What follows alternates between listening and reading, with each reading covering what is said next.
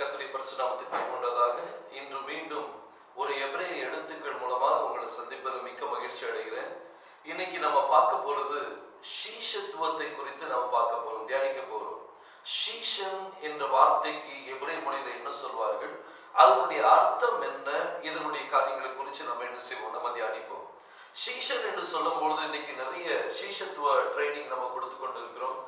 ஆனா இந்த சீஷத்துவ ட்ரைனிங், இந்த சீஷன் அப்படின்னு சொல்லும் போது எப்படிப்பட்ட ஒரு சீஷனா இருக்கணும், சீஷன் என்ன அப்படிங்கிற காரியங்களை நம்ம ஒண்ணா நம்ம என்ன செய்ய போறோம், பார்க்க போறோம்.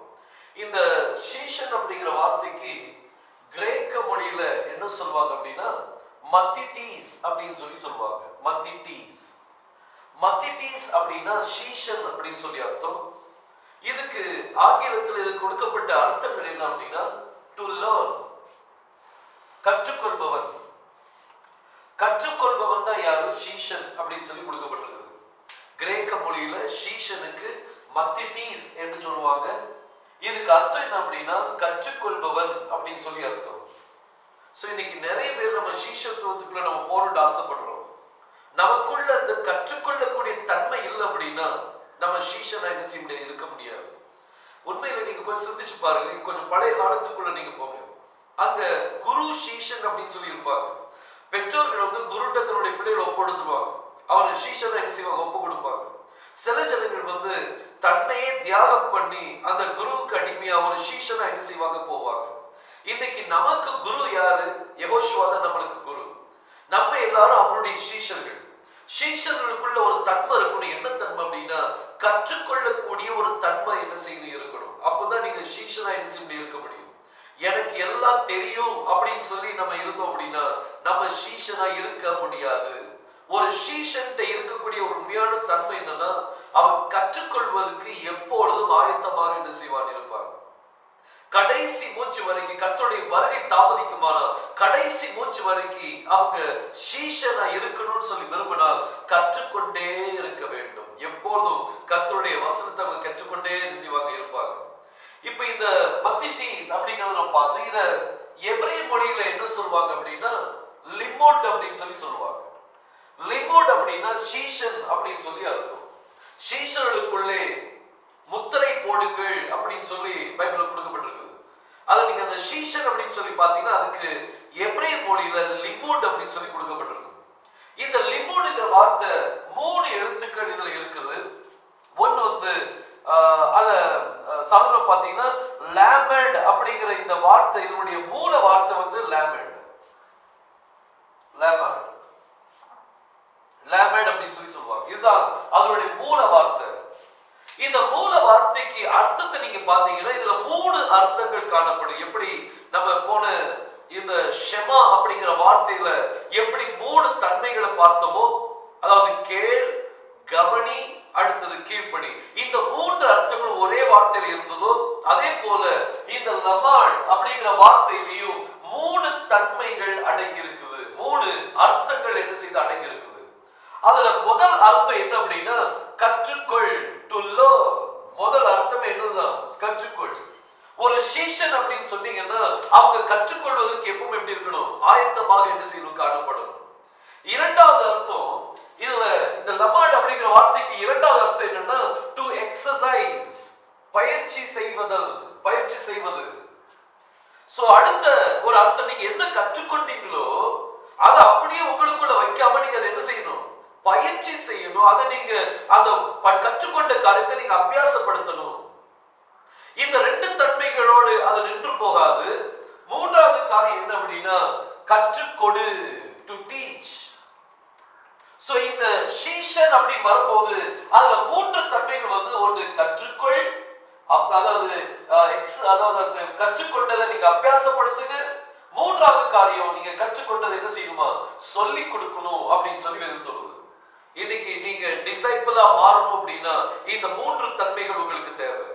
கர்த்தர் சொன்னார் பாருங்க, மத்தேயு எழுதின சுவிசேஷம் 28ஆம் அதிகாரம் அதுல 19ஆம் வசனத்தை நீங்க தியானிக்கும் போது அதுல கர்த்தர் சொல்றார் பாருங்க, வாசிக்கலாம். 28:19 ஆகையால் நீங்கள் புறப்பட்டு போய், யாரை பார்த்து சொல்றாரு? சீஷர்களை பார்த்து சொல்றாரு. தன்னுடைய 11 சீஷர்கள், ஒருத்தர் அவன் யூதாஸ் காரியத், அவன் இப்ப சீன்ல இல்ல. இந்த 11 சீஷர்களை பார்த்து, சீஷர்னா யாருன்னு பார்த்து சொன்னேன், மத்திட்டீஸ், இவங்க தான் லிமோன். இந்த லிமோனை பார்த்து கர்த்தர் சொல்றார், நீங்க புறப்பட்டு போய் சகல ஜாதி நீங்க என்ன செய்யணுமா, சீஷர் ஆக்குங்கள் அப்படின்னு சொல்லி சொன்னார். இவங்களும் சீஷர்கள் தான். இவங்களுடைய தன்மை என்ன? சீஷனுடைய தன்மை என்ன? கற்றுக்கொள்ளணும், கற்றுக்கொண்டே இருக்கணும். யார்கிட்ட கற்றுக்கொள்ளணும்? குருவினிடத்தில் கற்றுக்கொள்ளணும். யார் நம்மளுடைய குரு? யெகோஷுவா தான் நம்மளுடைய குரு. ஒரு தடவை ஒரு சீஷன் சொன்னார், கர்த்தாவே என்னுடைய தகப்பனார் இறந்து போயிட்டார், நான் போய் அவர் அடக்கம் பண்ணிட்டு வரேன் அப்படின்னு சொல்லி சொன்னார். ஆனா கர்த்தர் சொன்னார், மரித்தோர் தங்கள் மரித்தோட அடக்கம் பண்ணிட்டும் நீ ஏன் பின்னால வான்னு சொல்லி சொன்னார். ஒரு சீஷன், ஒரு குரு தன்னுடைய சீஷனுக்கு கற்றுக் கொடுக்கக்கூடிய நிறைய காரியங்கள் இருக்குது. இந்த காரியம் இப்ப அடுத்த கட்டத்துல கர்த்தர் ஒரு மகத்தான ஒரு காரியத்தை கற்றுக் கொடுக்க போகிறார். அந்த காரியத்தை இந்த சீஷன் மிஸ் பண்ண கூடாது, அந்த படிப்பை இவங்க இழந்துடக்கூடாது அப்படிங்கிறதுக்காக கர்த்தர் சொல்ற, மரித்தோர் தங்கள் மரித்தோர் அடக்கம் பண்ணிட்டோம், நீ ஏன் பின்னால வா அப்படின்னு சொல்லி சொன்னார். அடுத்த கட்டத்துல நீங்க பாத்தீங்கன்னா இவங்க எல்லாம் படகுல போயிட்டு இருக்காங்க. படகு நடு கடல்ல போக ஒரு பெரிய கொந்தளிப்பு. ஆனா கர்த்தரோ யெகோஷுவா அந்த படகுல தூங்கி கொண்டு இருந்தார். அவர் எந்திரிச்சு காற்றையும் கடலையும் அதிர்த்தினார் பாருங்க. சொல்லி சொன்னார், அற்ப விசுவாசிகளை எவ்வளவு நாள் நான் உங்க கூட தான் இருப்பேன். ஒரு சீஷனுக்கு கற்றுக் கொடுக்கக்கூடிய ஒரு காரியங்கள். அந்த சீஷன் அன்னைக்கு தன்னுடைய தகப்பனர் அடக்கம் பண்ண போயிருந்தால் இந்த படிப்பு அவனுக்கு கிடைச்சிருக்காது. அதனாலதான் சீஷன் சொல்லி வரும்போது அவங்க தன் தாயையும் தகப்பனையும், தன்னுடைய மனைவி பிள்ளைகள், தன்னுடைய சகோதர சகோதரிகள், தன்னுடைய இடங்கள் எல்லாத்தையும் வெறுத்து மேசியா பின்னால போனா அவங்கதான் உண்மையான சீஷன். படிக்கிற நேரத்துல எதுவும் உங்களுக்கு தடையாக வரக்கூடாது. பாருங்க, இந்த லேமட் அப்படிங்கிறதுல 3 தன்மைகள் இருக்குது. கற்றுக்கொள், அபியாசப்படுத்து, கற்றுக்கொடு. இந்த 3 தன்மைகள் இருக்குது. அதுல இன்னொரு வார்த்தை இருக்குது பாத்துடுங்க. இந்த லேமட் அப்படிங்கிற வார்த்தைக்கு மெய்ப்பனின் கோல், மெய்ப்பனின் கோல் அப்படின்னு சொல்லி அர்த்தம் வரும். இன்னைக்கு நம்ம உண்மையான மெய்ப்பனா மாறணும் அப்படின்னா நம்மகிட்ட இந்த 3 தன்மைகள் வரணும். ஒன்னு கற்றுக்கொள்ளணும், அபியாசப்படுத்தணும், கற்றுக் கொடுக்கணும். பாருங்க, மத்தேயு 28:19 நம்ம தியானிக்கிறோம். ஆகையால் நீங்கள் புறப்பட்டு போய், சீஷர்களை பார்த்து சொல்றார், நீங்க புறப்பட்டு போய் சகல ஜாதியும் என்ன செய்யுங்க, சீஷர் ஆக்குங்க, அவங்கள ஸ்டூடெண்ட் ஆக்குங்க அப்படின்னு சொல்லி சொல்றார். கற்றுக்கொள்வதுன்னு யாரு? ஸ்டூடெண்ட். இன்னைக்கு நிறைய பேர் கற்றுக்கொள்ளணும்னாலே அவங்களுக்கு ரொம்ப வருத்தமா இருக்கும். டிசைபிள் அப்படின்னா கற்றுக்கொள்ள எப்பொழுதும் எப்படி இருக்கணும்? ஆயத்தத்தோடு இருக்கணும். இன்னைக்கு டிசைபிளா இருக்கணும். இன்னைக்கு நம்ம ஒரு சீஷரா இருக்கிறோம். நாளைக்கு நீங்க மற்றவர்களை சீஷரா என்ன செய்யணும்? மாத்த வேண்டும். மற்றவர்களை சீஷரை மாத்தணும் அப்படின்னா நீங்க முதல்ல ப்ராப்பர் சீஷரா என்ன செய்யணும்? மாறணும். இன்னைக்கு கர்த்தர் பேதுருவை அழைத்தது போல, யோவானை யாக்கோபை அழைத்தது போல கர்த்தர் உங்களையும் அழைக்கிறார். எதுக்கு? அவருடைய சீஷனா மாறுவதற்கு. சீஷன் என்ன செய்யணும்? அவர் சொல்லிக் கொடுக்கிற காரியத்தை கற்றுக்கொள்வதற்கு ஆயத்தத்தோடு என்ன செய்யணும்? இருக்கணும். அவர் சொன்னா செய்யணும். அவர் என்ன கற்றுக் கொடுக்காரோ அந்த கற்றுக்கொள்வதற்கு ஆயத்தத்தோடு காணப்படணும். கற்றுக்கொண்ட பிறகு அதை அபியாசப்படுத்த வேண்டும். அபியாசப்படுத்திட்டு எதை கற்றுக்கொண்டீர்களோ அதை மற்றவர்களுக்கு சொல்லிக் கொடுக்க வேண்டும். இந்த காரியங்கள், இந்த 3 தன்மைகள் இருந்தாதான் நம்ம யாரா இருக்க முடியும்? மெய்ப்பனின் கோலா இருக்க முடியும். உண்மையான மெய்ப்பனா இருந்தால் இந்த 3 தன்மைகள் அவங்களுக்குள்ள கண்டிப்பா இருக்கும். பாருங்க, ஒவ்வொரு வார்த்தைக்கு எவ்வளவு வார்த்தைகள் எடுத்தீங்கன்னா ஒவ்வொரு வார்த்தையிலும் 3 தன்மைகள் நீங்க என்ன செய்யலாம்? பிரிச்சு பார்க்கலாம். இன்னைக்கு நீங்க கற்றுக்கொள்ள நிறைய பேர் சொல்லிக் கொடுக்கறதுக்கு ரெடியா இருப்பாங்க. ஆனா கற்றுக்கொள்வதற்கு ஆயத்தமா என்ன செய்ய மாட்டாங்க, இருக்க மாட்டாங்க. இவன்கிட்ட போய் படிக்கணுமா, நான் இந்த லெவலுக்கு வந்துட்டேன், இனிமே போய் படிக்கணுமா அப்படின்னு நினைப்பாங்க. அப்படி நினைக்கவே செய்யக்கூடாது. எப்பவும் டிசைபிளா இருக்கணும். எப்பவும் கர்த்தருடைய சீஷனா என்ன செய்யணும்? நம்ம காணப்படணும். தன்னுடைய தகப்பன், தாய், தகப்பன், மனைவி, பிள்ளைகள், சகோதர சரிகள், தன்னுடைய சொந்த சரீரத்தை வெறுத்து அவருக்கு பின்னால நம்ம போனோம் அப்படின்னா, சிலுவை சுமந்து கொண்டு அவருடைய பின்னால போனோம் அப்படின்னா, அவங்கள பார்த்துதான் அவர் சீஷன் சொல்லி சொல்லுவார். இன்னைக்கு சீஷன் சொல்லும் போது நிறைய பேர் ரொம்ப வித்தியாசமா நினைக்கிறாங்க. அது ஒரு பொழுதுபோக்கு நினைக்கிறாங்களோ என்னமோ எனக்கு தெரியல. ஒரு சீஷன் எப்படி இருப்பாங்க தெரியுமா? ஒரு சின்ன உதாரணத்தை நான் சொல்றேன். இன்னைக்கு அப்படிப்பட்ட சீஷன் இன்னைக்கு இல்ல. இன்னைக்கு இந்த மணி நேரத்துல அப்படிப்பட்ட சீஷன் கிடைப்பது ரொம்ப ரொம்ப அபூர்வம். எலியாவை பற்றி உங்களுக்கு நல்லாவே தெரியும். எலியா, அவன் திஸ்பைன் ஆகிய எலியான்னு சொல்லி வேதம் சொல்லுது. அவனுடைய எந்த பட்டணத்தில் உள்ளவன் மட்டும்தான் அது சொல்லப்பட்டிருக்குது. அவனுடைய தாயை பற்றி, தகப்பனை பற்றி எதுவுமே சொல்லப்படல. அவன் தன்னுடைய வீட்டை விட்டு வந்து எத்தனையோ காலம் ஆயிற்று. அவன் ஒவ்வொரு ஊரா நடந்து போய் கொண்டு இருப்பான். திடீர்னு கர்த்தர் ஒரு யாரை பற்றி சொன்னாங்க அப்படின்னா, அவன் உடனே கர்த்தர் உரைக்கிறார், இப்படி நடக்க போது உனக்கு அப்படின்னு சொல்லி சொல்லுவார். இப்படி சொல்ல சொல்ல ஜனங்கள் எல்லாத்துக்கும் தெரிய வந்துட்டு, இந்த எலியா வந்து ஒரு தீர்க்கதரிசி, கர்த்தர் அவனோடு பேசுகிறார் அப்படின்னு சொல்லி அவனுக்கு அந்த காரியத்தை கர்த்தர் வெளிப்படுத்தினார்.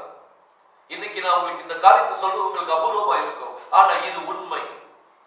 இந்த எலியா இப்போ தன்னுடைய வீட்டை விட்டு அவன் எல்லாத்தையும் வெறுத்து கர்த்தருடைய சமூகத்துக்குள்ள வர பாருங்க.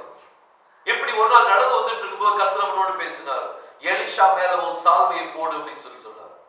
எலிஷா மேல சால்வை போட்டு எடுத்த உடனே அடுத்தது எலிஷாக்கு புரிஞ்சு போச்சு, நான் இப்போ எலியா பின்னால சீஷனா மாற வேண்டிய நேரம் வந்துட்டு. இவன் தன்னுடைய தாய், தகப்பன் எல்லாத்தையும் விட்டுட்டான். எலிஷா விட்டுட்டு நேர எலியா பின்னாலேயே போக ஆரம்பிச்சான். எலியா காட்டுக்குள்ள போனா இவனும் காட்டுக்குள்ள போகணும். எலியா மலை மேல ஏறினா இவனும் மலை மேல ஏறணும். திடீர்னு எலியாவுக்கு மூடு வந்துச்சுன்னா ஒரு மரத்தடியில உட்கார்ந்து எலிஷாக்கு சொல்லி கொடுக்க ஆரம்பிப்பான். இப்படி இப்படி இருக்கணும் அப்படின்னு சொல்லி கொடுக்க ஆரம்பிப்பான். பசி எடுத்தா என்ன செய்வாங்க? அவங்களுக்கு தான் வீடு வாசல் இல்லையே. இந்த சீஷர்களுக்கு வீடு வாசல் கிடையாது. அப்ப அவங்க என்ன செய்வாங்க? அதுக்கு பக்கத்துல இருக்கிற கிராமத்துல தர்மம் எடுப்பாங்க. அவங்க தர்மம் போடுவாங்க. இது பிச்சை கிடையாது, அது தர்மம். தர்மத்தை கொடுப்பாங்க. எலியாவுடைய சீஷன் வந்திருக்கா, இதான் எலியாவுக்கு சாப்பாடு கொடு அப்படின்னு சொல்லி என்ன செய்வாங்க? கொடுப்பாங்க. அவன் தேவனுடைய தீர்க்கதரிசியா இருக்கிறான், அவனுக்கு கொண்டு போய் கொடு அப்படின்னு சொல்லி சொல்லுவாங்க. ஒரு சீஷன் தான் இப்படிதான் இருக்கணும். எல்லாத்தையும் விட்டுட்டு கர்த்தருக்காக நிற்கக்கூடிய ஒரு மனிதன் யார்? சீஷன். அவங்கதான் சீஷன். இதே போல யெகோஷுவா தன்னுடைய வீட்டை விட்டு வந்த பிறகு 12 சீஷர்கள் ஆயத்தப்படுத்துகிறார். இந்த 12 சீஷர்கள் இவருக்கு பின்னால போறாங்க. இவர் மலை மேல ஏறினா இவங்களும் மலை மேல போறாங்க. அவர் காட்டுக்குள்ள போனா அவரும் காட்டுக்குள்ள போறாங்க. அவர் படகுல ஏறி உட்கார்ந்தா இவங்களும் படகுல ஏறி போறாங்க. அவர் பின்னாலே போயிட்டு இருக்கிறாங்க. ஒரு சீஷன் இப்படிதான் இருப்பாங்க. ஒரு சீஷன் குருவை ஃபாலோ பண்ணிட்டே போவாங்க. ஒரு நாள் சமாரிய தேசத்துக்குள்ள போகும்போது கர்த்தர் சொன்னார், எனக்கு பசியா இருக்குன்னு சொல்லி சொன்னார். சொன்ன உடனே 12 சீஷர்களும் பக்கத்து கிராமத்துக்கு போயிட்டாங்க. எதுக்கு? சாப்பாட காசு கொடுத்து வாங்குறதுக்குள்ள, அங்க தர்மம் எடுக்கிறது. கர்த்தர் சொன்னார், இந்த சிறியோர்களுக்கு ஒரு கலசம் தண்ணீர் கொடுத்தாலும் அதனுடைய பலனை அடையாமல் போவதில்லை. இதுதான் சீஷர்கள். இப்படிப்பட்ட சீஷர்களுக்கு தண்ணி கொடுத்து பாருங்க. இப்படிப்பட்ட சீஷர்களை ஆசீர்வதித்து பாருங்க. உங்களுடைய வாழ்க்கை ஆசீர்வாதமா என்ன செய்யும். ஆனா அப்படிப்பட்ட சீஷர்களை கண்டுபிடிக்கிறது இப்ப அபூர்வமான ஒரு காரியம். இன்னைக்கு சீஷத்துவம் அப்படின்னு சொன்னா இதை சொல்லி கொடுக்கணும். நம்ம இப்படி போன சீஷன் அப்படின்னு சொன்னா பாருங்க, இந்த சீஷர்கள் இவங்க மேசியா பின்னாலே அவங்க போனாங்க. நேரம் வந்துச்சு, கர்த்தர் சொன்னார், இனிமேல் நீங்க போய் மத்தவங்களை என்ன செய்யுங்க? சீஷராக்குங்க. இப்போ இவங்களை குருவாக்கி அவங்களுக்கு கீழே சீஷர்கள் என்ன செய்யறார்? உருவாக்க சொல்றார். இன்னைக்கு நம்மளை கர்த்தர் இன்னைக்கு சீஷனை அழைத்திருக்கிறாருன்னா ஒரு 3 தன்மை நம்மளுக்கு தேவை. அதாவது நீங்க கற்றுக்கொள்ளணும், அடுத்தது நீங்க எக்ஸசைஸ் பண்ணணும், கற்றுக்கொண்டதை நீங்க என்ன செய்யணும்? அபியாசப்படுத்தணும், 3வது நீங்க சொல்லிக் கொடுக்கணும். இந்த 3 காரியம் இருந்துச்சுன்னா நீங்க தான் உண்மையான ஒரு சீஷன். சிந்திச்சு பாருங்க, உங்களுடைய வாழ்க்கை எப்படி இருக்கு. உங்களுடைய வயதை நீங்க பார்க்காதீங்க, உங்களுடைய அழைப்பை நீங்க பாருங்க. உங்களை கர்த்தர் எதுக்காக அழைத்தார்? நீங்க ஒரே இடத்துல உட்கார்றதுக்காக அழைக்கப்படல. கர்த்தர் உங்களை பயன்படுத்துவதற்காக அழைக்கப்பட்டிருக்கிறார். நீங்க ஒரு சீஷனை மாறுவதற்காக கர்த்தர் அழைத்திருக்கிறார். நீங்க ஒரு சீஷன் என்கிறத நம்ம உணரணும். எதுவரைக்கும் உணரலையோ அதற்கு இந்த சீஷத்துவத்துக்குள்ள நீங்க வர முடியாது. நான் ஒரு சீஷன். யாருடைய சீஷன்? யெகோஷுவாவுடைய சீஷன் தான். அப்ப எப்படி இருக்கணும்? அவர் எப்படி இருந்தாரோ, அவர் எப்படி நம்மளை நடக்க சொல்லியிருக்கிறாரோ அதன்படி என்ன செய்யணும்? நம்ம நடக்க கடமைப்பட்டிருக்கிறோம். பாருங்க, இந்த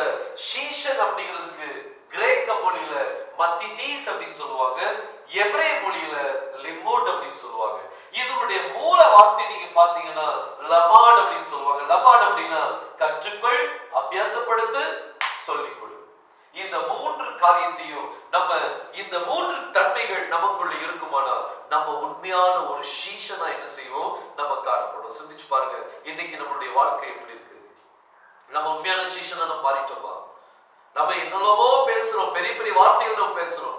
மற்றவர்களை குற்றப்படுத்துவதற்கு நம்ம அஞ்சுவதில்லை. மற்ற ஊழியர்களை குற்றப்படுத்துவதற்கு நம்ம அஞ்ச மாட்டேங்கிறோம். மற்ற சகோதர சகோதரிகளை குற்றப்படுத்த நம்ம அஞ்ச மாட்டேங்கிறோம். நீங்க அவங்களை பற்றி கவலைப்பட வேண்டாம், நீங்க உங்களை பற்றி கவலைப்படுங்க. நீங்க சீஷனா மாறிட்டீங்களா? நம்ம சீஷனா மாறல அப்படின்னா அப்போ சிந்திச்சு பாருங்க, நம்ம சீஷனா மாறுவதற்கு நம்மள ஒப்பு கொடுக்கணும். கர்த்தர் பேதுரு பார்த்து சொன்னார், ஃபாலோ மீ, நீ என் பின்னால வா. நம்ம இன்னைக்கு யார் பின்னால போறோம்? மனிதனுடைய பின்னால போகாதீங்க. மனிதனுக்கு நீங்க ஒரு சீஷனா மாற வேண்டாம். நீங்க யாருக்கு சீஷன் ஆகணும் அப்படின்னா கர்த்தருக்கு சீஷன் ஆகுங்க. அவருடைய வார்த்தைக்கு சீஷனா பாருங்க, வார்த்தையை கற்றுக்கொள்ளுங்க, மற்றவர்களை சீஷனா ஏற்படுத்துங்க. கர்த்தர் உங்கள் மூலமா பெரிய காரியங்களை செய்வார். ஒரு பெரிய எழுப்புதலையை கர்த்தர் உங்களுக்கு என்ன செய்ய முடியும், கொண்டு வர முடியும். பாருங்க, வேதம் சொல்லுது, இந்த மத்திட்டீஸ் கர்த்தர் 12 மத்திட்டீஸ் தேர்ந்தெடுத்தார். அதாவது கற்றுக்கொள்பவர்களை தேர்ந்தெடுத்தார், கற்றுக்கொள்ள விருப்பமுள்ளவர்களை தேர்ந்தெடுத்தார். அதாவது 12 ஸ்டூடெண்ட் கர்த்தர் தேர்ந்தெடுத்தார். யெகோஷுவா ஒரு பெரிய டீச்சர் பார்த்துடுங்க, அவருக்கு தேவையான 12 ஸ்டூடெண்ட். அதுக்கு ஹீப்ருல கிரீக்ல என்ன சொல்லுவாங்க? கிரீக்ல மத்திட்டீஸ் சொல்லுவாங்க, ஹீப்ருல என்ன சொல்லுவாங்க? லிமோட். சோ நீங்க உண்மையான ஸ்டூடெண்டா மாற நீங்க முயற்சி பண்ணுங்க, கர்த்தர் பெரிய காரியங்களை செய்வார். இன்னைக்கு நீங்க உங்களை ஒப்பு கொடுங்க. இதுவரைக்கும் நம்மளுடைய வாழ்க்கை எப்படி இருந்துச்சு அதை மறந்துடுங்க. ஆனா இந்த நேரத்துல இருந்து நீங்க கர்த்தர்ட்ட என்ன சொல்லுங்க? கர்த்தாவே, நானும் உங்களுக்கு சீஷனா இருக்க விரும்புறேன்ப்பா, நானும் உங்களுக்கு சீஷனா இருக்க விரும்புறேன். நீர் என்னை ஆசீர்வதித்து உம்முடைய சீஷனாக என்னை ஏற்றுக்கொள்ளும் சொல்லி கேளுங்க. அவர் ஏற்றுக்கொண்டாச்சுன்னா நம்ம சீஷன் தான். ஜெபிக்கலாமா? கண்ணில் மூடி நம்ம ஜெபிப்போம். ஸ்தோத்திரம் கர்த்தாவே, வானத்தையும் பூமியும் படைத்த எங்கள் எலோஹிம் தேவனே, எல் ஷடாய் தேவனே, துதிக்கிறோம் அப்பா. யெகோஷுவா மேசியா நாமத்தினாலே ஜெபிக்கிற கர்த்தாவே, இன்றைக்கு நாங்கள் தியானித்த இந்த வார்த்தை சீஷன் என்கிற வார்த்தை குறித்து நாங்கள் தியானித்தோம். அதை எபிரேய மொழியில லிமோட் என்று சொல்வார்கள் என்று பார்த்தோம் அப்பா. அதுல 3 தன்மைகள் இருக்குது. கற்றுக்கொள், கற்றுக்கொண்டதை அபியாசப்படுத்து, கற்றுக்கொண்டதை சொல்லிக் கொடு. இந்த 3 தன்மைகளும் உங்களுடைய பிள்ளைகளுக்குள் வரத்தக்க நீர் கிருபை செய்யும். எதெல்லாம் கற்றுக்கொள்கிறார்களோ அதையெல்லாம் கர்த்தாவே மற்றவர்களுக்கு சொல்லிக் கொடுக்க உங்களுடைய கிருபையினால் நீங்க நிரப்புங்கப்பா. ஒரு உண்மையான சீஷனாக, கற்றுக்கொள்பவர்களாக, மற்றவர்களுக்கு கற்றுக் கொடுப்பவர்களாக மாற்ற நீர் கிருபை செய்யும்படியாக ஜெபிக்கிறேன். ஆசீர்வதிங்க. இந்த செய்தியை கேட்டுக்கும் ஒவ்வொரு பிள்ளைகளுடைய வாழ்க்கையும் மாறட்டும் கர்த்தாவே. ஒவ்வொருத்தருடைய அழைப்பும் தெரிந்து கொள்வதையும் அவர்கள் அறிந்து கொள்ள நீங்க உதவி செய்வீராக. நீங்க ஆசீர்வதித்தாங்க. எங்களை தாழ்த்தி உம்முடைய கரத்தையும் மீட்பரும் இரட்சகருமாகிய யெகோஷுவா மேசியா நாமத்தில் கேட்டுக்கொள்கிறேன் ஜீவனுள்ள நல்ல பிதாவே. ஆமென். கர்த்தர் நம்மை ஆசீர்வதிப்பாராக. ஆமென்.